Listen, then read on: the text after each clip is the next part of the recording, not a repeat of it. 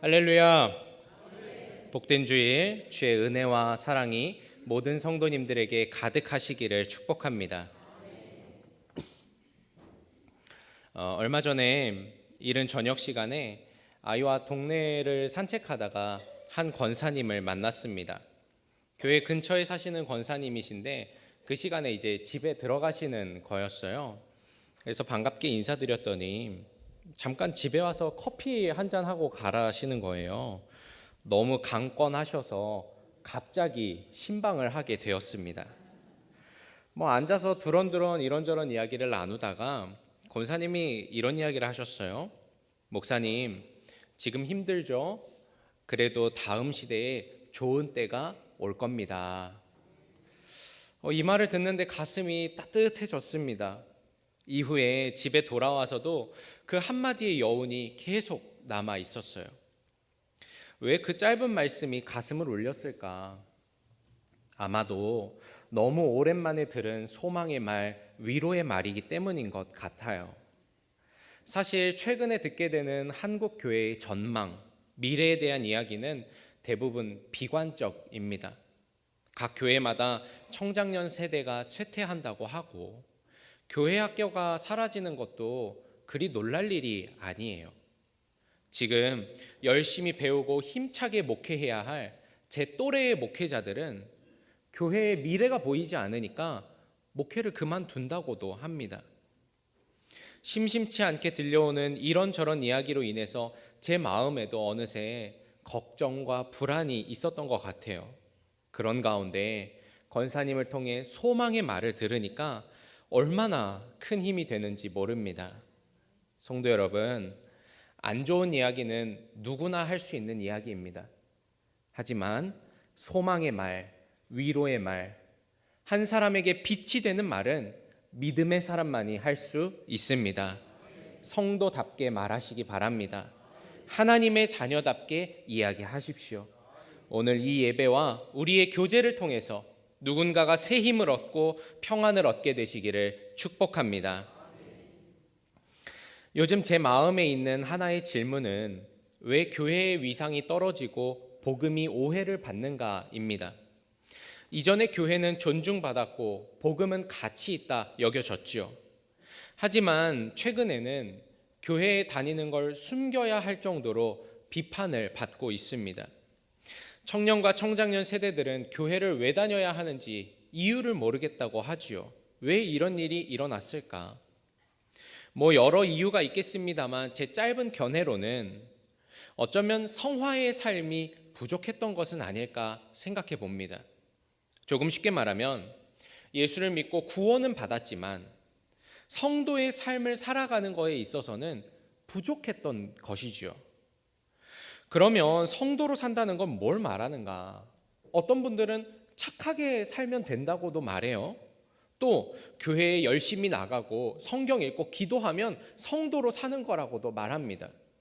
또는 사회적으로 선한 영향력을 내고 기부를 좀 많이 하면은 성도라고 말해요. 과연 이것으로 충분할까? 하나님이 이 세상에서 착하게 살라고 우리를 부르셨을까? 이에 대해 다시 생각해 보려 합니다. 오늘 갈라디아서를 쓴 바울은 예수 그리스도를 믿고 난 다음에 이방인들을 향한 하나님의 마음을 알게 되었습니다. 기존의 유대인들은 하나님에 대한 개념도 있고 할례도 받았고 계명과 은혜 등등 복음을 전할 수 있는 여러 방법들이 있었어요. 하지만 이방인들, 특히나 로마 사람들은 구약의 하나님에 대해 전혀 모르고 예수님에 대한 지식도 부족했습니다. 그러니 바울은 복음을 어떻게 전해야 할지 고민하게 되는 거죠. 먼저 바울은 복음의 핵심 두 가지를 짚었습니다. 먼저는 우리가 예수 그리스도의 은혜로 죄로부터 구원을 받았다. 두 번째는 구원받은 사람은 하나님의 뜻하심을 따라 살아야 한다. 바울은 이 두 가지 핵심을 한 표현으로 정리를 하는데 그게 바로 오늘 본문에 나오는 양자됨, 입양이라는 표현입니다. 그래서 바울은 로마나 갈라디아와 같이 로마 사람들이 많은 지역에 편지를 쓸 때 양자, 입양 이런 표현을 쓰는 거예요. 오늘 본문에서도 4절입니다. 율법 아래에 있는 자들을 속량하시고 우리로 아들의 명분을 얻게 하려 하셨다. 로마서 8장에도 이렇게 말해요. 무릇 하나님의 영으로 인도함을 받는 사람은 곧 하나님의 아들이라. 너희는 다시 무서워하는 종의 영을 받지 아니하고 양자의 영을 받았으므로 우리가 아빠 아버지라고 부르짖느니라.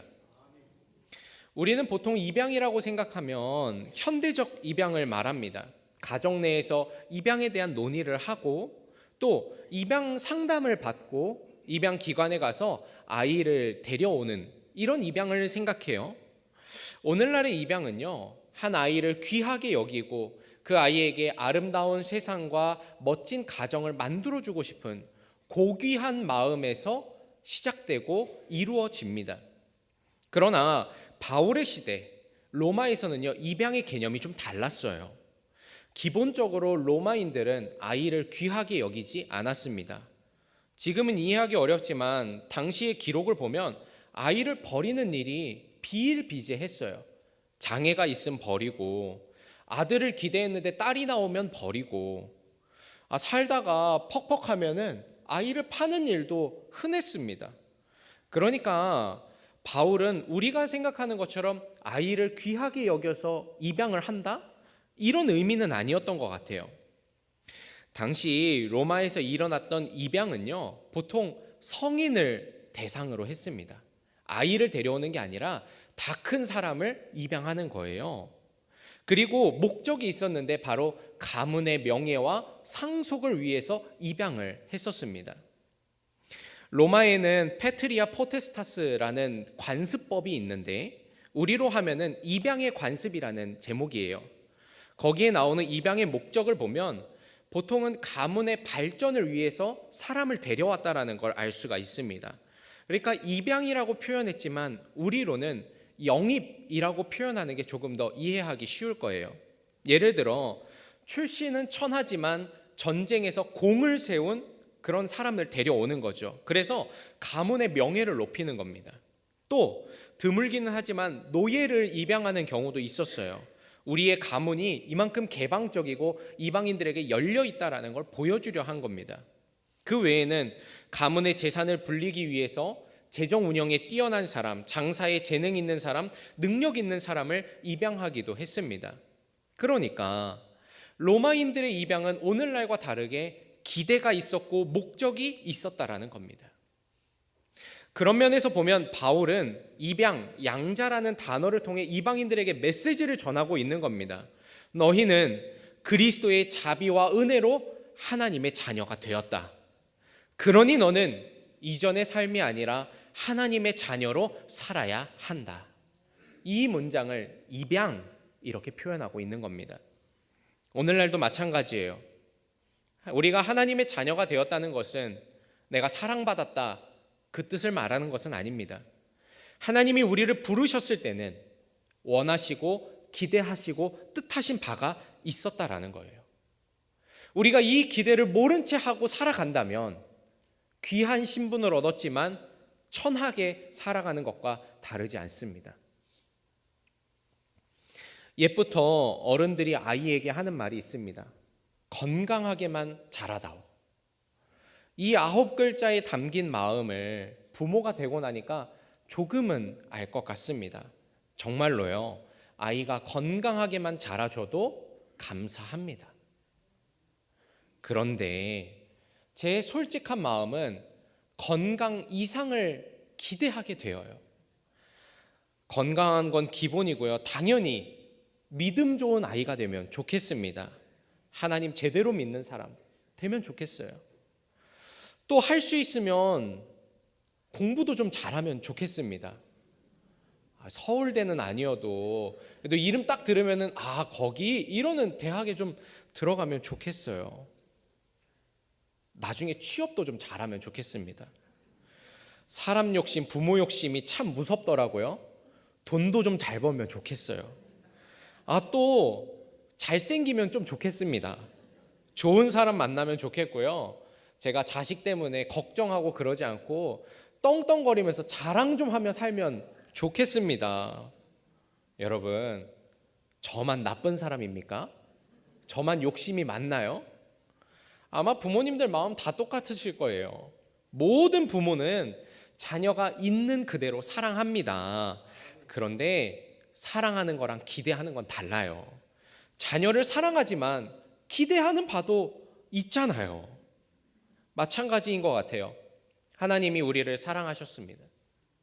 죄의 종으로 살던 우리가 예수 그리스도의 은혜로 자녀가 되었어요.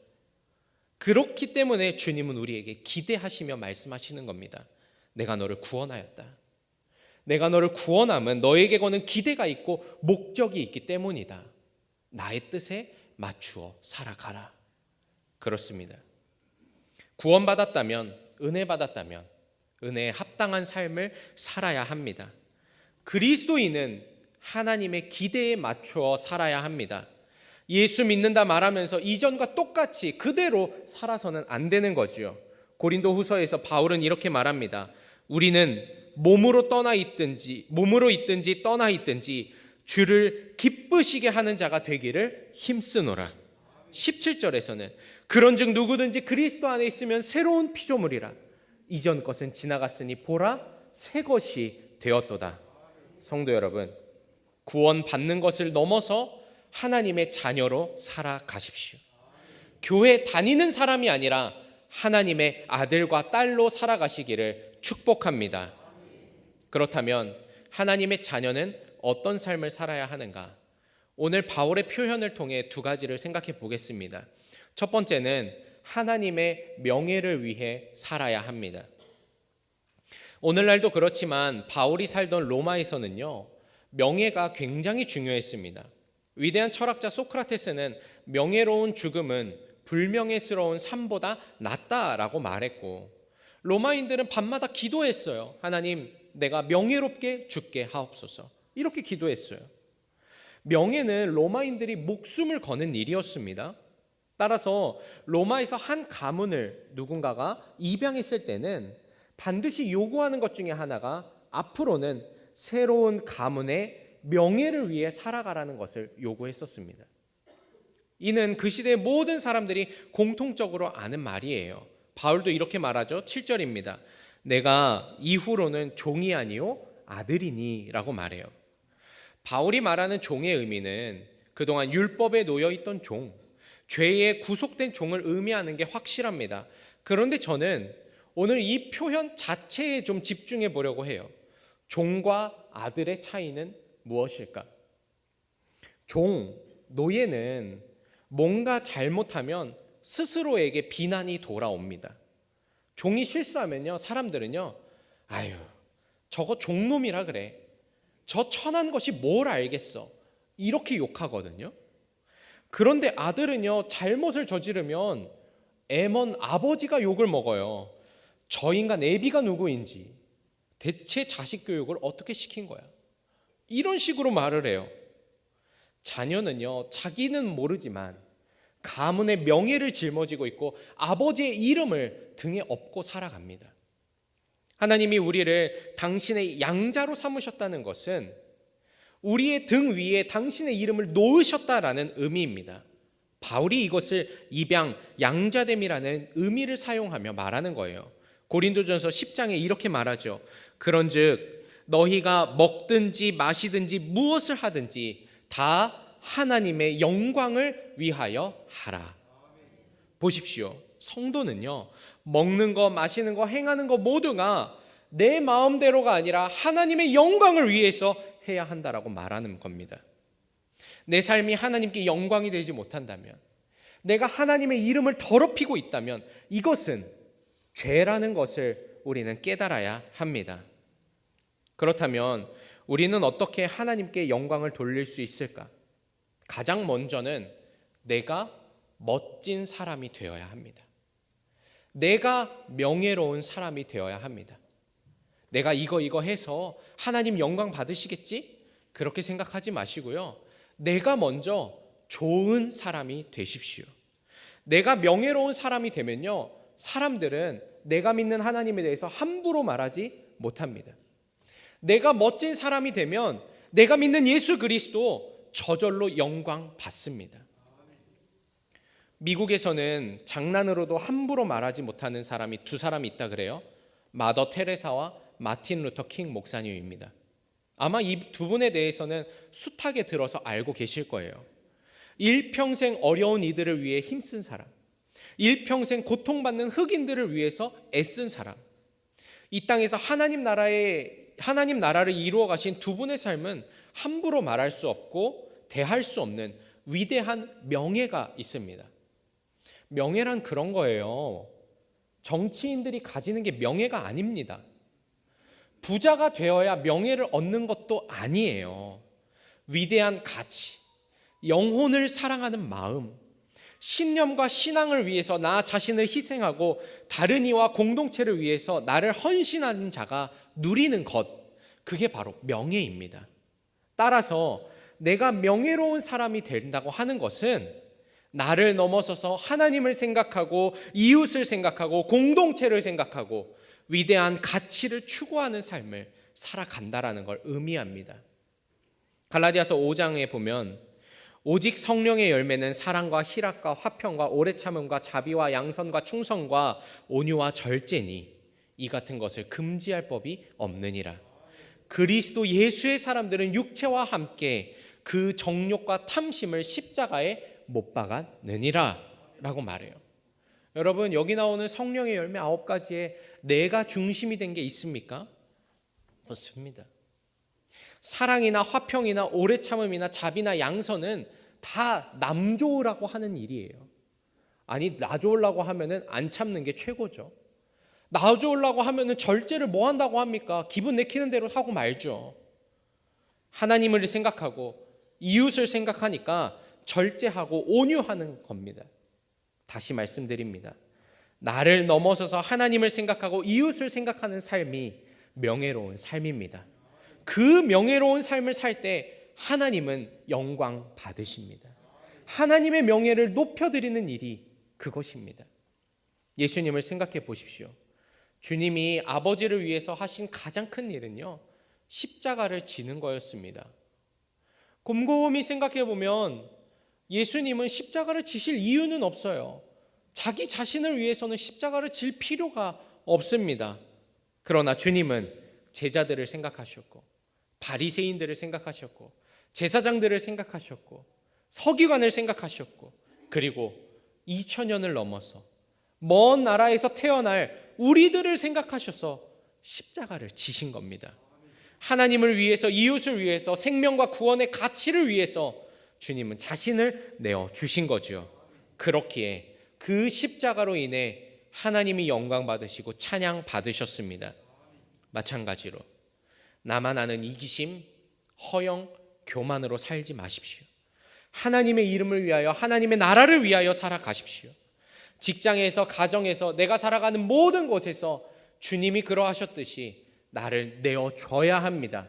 그것이 그리스도의 법이고 그것이 하나님께 영광을 올려드리는 삶입니다. 갈라디아서 6장 2절의 말씀입니다. 너희가 짐을 서로 지라. 그리하여 그리스도의 법을 성취하라. 아멘입니다. 성도 여러분, 하나님의 이름을 높이는 그리스도인이 되시기 바랍니다. 예수님처럼 다른 이들을 생각하십시오. 하나님이 저와 여러분을 고귀한 존재로 부르셨습니다. 그러니 명예롭게 살아가십시오. 그저 나를 축복하소서, 나에게 좋은 일이 일어나게 하옵소서, 이런 기도는 종의 기도입니다. 하나님은 더 깊고 성숙한 기도를 우리에게 요구하십니다. 적어도 우린 이렇게 기도해야 됩니다. 하나님, 나에게 예수의 마음을 주셔서 이웃을 사랑하고 섬길 수 있는 넉넉함을 허락하옵소서. 주님, 물질만 추구하는 나의 삶에 성령으로 가르쳐 주셔서 진정 하나님이 원하시는 가치를 추구하고 성령의 열매를 맺어가게 하옵소서. 바라기는 저와 여러분 멋지게 살기를 축복합니다. 단순히 성공해서 멋진 삶이 아니라 걸음걸음마다 이웃을 생각하고 하나님을 생각하는 삶. 그래서 하나님의 명예가 나 때문에 높아지고 하나님은 우리를 빛내시는 그런 멋진 삶을 사시기를 축복합니다. 두 번째는 사랑의 상속자로 살아야 합니다. 로마 시대의 양자는 비록 생물학적인 아들은 아니었지만 친아들이 누리는 모든 가문의 축복, 유산, 상속을 누릴 수 있었습니다. 이것은 법적으로, 사회적으로, 문화적으로 다 용인되는 일이었어요. 그러나 상속을 받았다고 흥청망청 쓸 수 있는 건 아니죠. 물론 많은 재산을 받으면 그동안 사지 못했던 것도 좀 사고 맛있는 것도 먹을 수 있지만 그 상속에 대한 책임과 의무도 반드시 따라옵니다. 그럼 상속에 대한 의무는 무엇인가? 받은 재산을 더 불리는 거죠. 경영을 잘해서 재산 까먹지 않고 내 다음 때에 물려줄 때는 2배, 3배 되게 해주는 게 책임이고 의무 아닙니까? 그렇다면 오늘 본문에서 바울이 말하는 양자의 축복과 유업은 대체 무엇이었는가? 6절에서 7절입니다. 너희가 아들임으로 하나님이 그 아들의 영을 우리 마음 가운데 보내사 아빠 아버지라 부르게 하셨느니라. 그러므로 내가 이후로는 종이 아니요 아들이니 아들이면 하나님으로 말미암아 유업을 받을 자니라. 바울은 자녀의 증거를 2가지로 정리하는데요. 먼저는 하나님을 아버지라 부르는 것이고 두 번째는 유업을 받는 거라고 말해요. 사실 이 2가지는 하나로 볼 수 있습니다. 하나님을 아버지라 부르는 것이 우리에게 주어진 상속물입니다. 우리는 보통 상속물이라고 하면 어떤 물질적인 것을 떠올려요. 돈, 땅, 건물 이런 걸 생각하죠. 그래서 이스라엘 백성들이 유업을 받았다라고 하면은 가나안 땅이 유업이라고 생각을 합니다. 그런데 이는 큰 오해입니다. 이스라엘 백성이 받은 진짜 유업은 하나님에게 선택받은 백성이라고 하는 자기 정체성이에요. 이게 바로 진정한 이스라엘 백성들의 보물이라 할 수 있지요. 마찬가지로 우리가 받은 상속물은 무엇인가? 바로 하나님과의 사랑의 관계입니다. 우리는 하나님과 화목하게 되는 유산을 받았어요. 안타까운 사실은 정말 많은 그리스도인들이 하나님과의 관계, 사랑을 누리지 못하고 내가 중심이 되는 종교적 신앙생활에 머무른다는 사실입니다. 전에 제가 한 청년을 신방했는데요. 그 청년을 만나서 카페에 앉아서 이야기를 나누려고 말을 뗐습니다. 요즘 어떻게 지내요? 그랬더니 갑자기 막 우는 거예요. 굉장히 당황을 했죠. 당황하고 막 왜 그러냐, 왜 우냐 이렇게 했더니 그 청년이 그럽니다. 죄송해서 울어요 그러는 거예요. 뭐가 죄송하냐? 요즘에 교회도 잘 못 나가고 헌신도 많이 못하고 성경도 못 읽어서 목사님과 하나님께 죄송해서 운다는 거예요. 한참을 괜찮다고 달래주느라 고생했습니다. 울음이 그치고 나서야 이야기를 좀 나눌 수 있었어요. 신방을 마치고 집으로 돌아오며 곰곰이 생각해 보는데 이게 복음인가? 교회 나오지 못했다고 죄책감을 가지고 성경 못 읽으면 죄인으로 만들어 버리는 게 복음인가? 그런데 이 모습이 남의 이야기가 아니라 우리의 이야기 같습니다. 아니 그러면 성경 안 읽어도 됩니까? 예배도 안 드려도 돼요? 할렐루야이십니까? 기도도 안 해도 된다 그러면은 무거운 짐을 덜었다 이렇게 생각하시나요? 아니죠. 하나님과의 관계를 누리기 위해서 하나님과 더 깊이 사랑하기 위해서 우리는 모이기에 힘쓰고 말씀을 읽고 기도해야 합니다.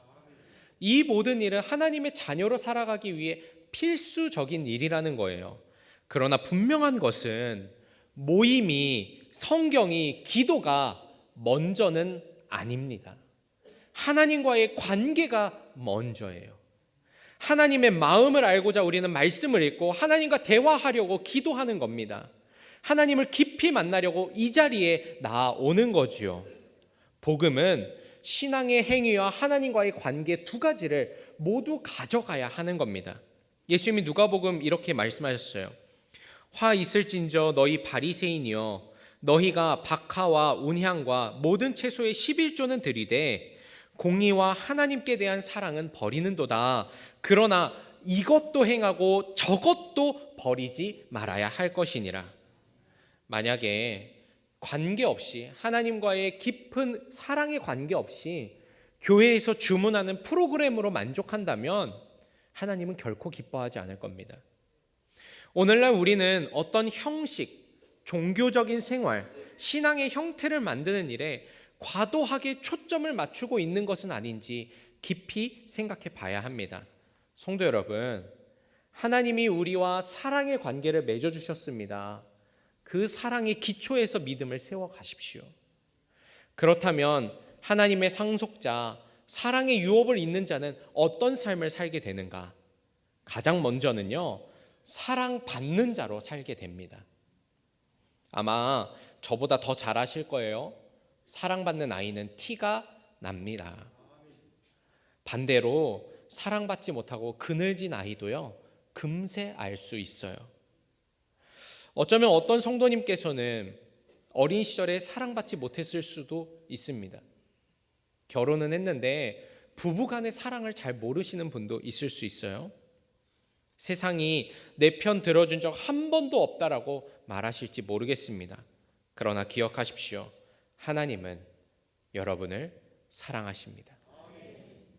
제가 듣기 좋은 이야기 하는 게 아니고 위로하려고 드리는 말씀도 아니고 제 생각으로 하는 말도 아닙니다.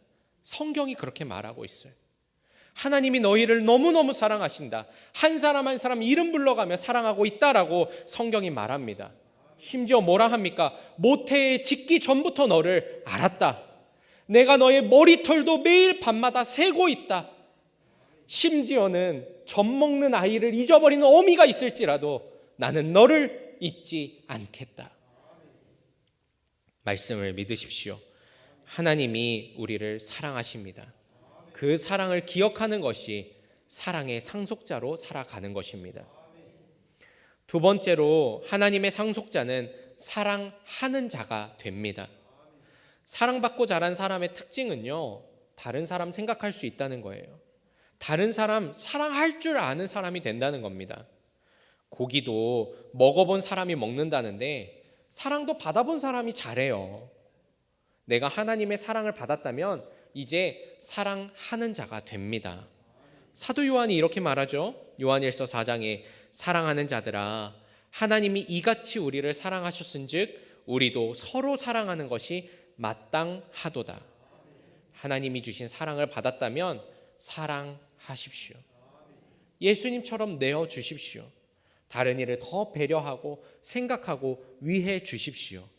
사랑한다고 뭐 거창한 거 바라는 게 아니라 존중해 주시는 겁니다. 생각해 주는 겁니다. 로마서 12장에 이렇게 쓰여 있죠. 형제를 사랑하여 서로 우애하고 존경하기를 서로 먼저 하며 성도에 쓸 것을 공급하며 손 대접하기를 힘쓰라. 너희를 박해하는 자를 축복하라. 축복하고 저주하지 말라.